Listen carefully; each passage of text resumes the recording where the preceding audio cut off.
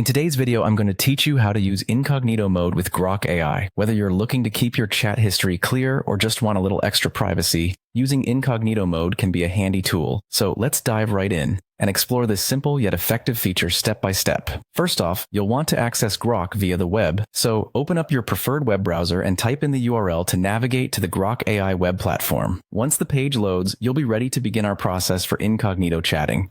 This step is straightforward, but remember that using an updated browser can enhance your overall experience with smooth navigation and the latest security. Now, once you're on the Grok platform, turn your attention to the top right corner of the page. You should see a small icon that resembles a ghost. This is the incognito mode icon. Clicking on this ghost icon is what will allow you to start a session that remains off the history logs. It's like creating your own personal private chat room within the Grok platform. This feature is especially useful if you wish to discuss sensitive information or simply prefer not to retain a record of certain conversations. With the incognito session now initiated, you can proceed to use Grok AI as you normally would. Ask questions, seek insights, and interact just like during any other session. The key difference here is that anything discussed while in this mode isn't saved to your history list. It's like having a clean slate for your interactions. It's worth noting that this won't affect your regular usage outside of incognito mode.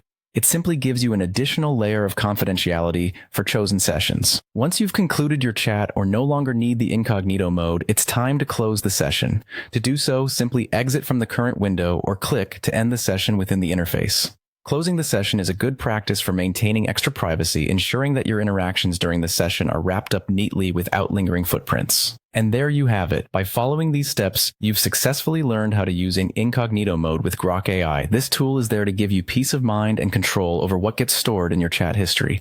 Remember, it's not just about privacy, but also about having the flexibility to communicate in a way that suits your needs at the moment. Thanks for watching today's guide, and we hope you feel more empowered in how you use Grok AI going forward.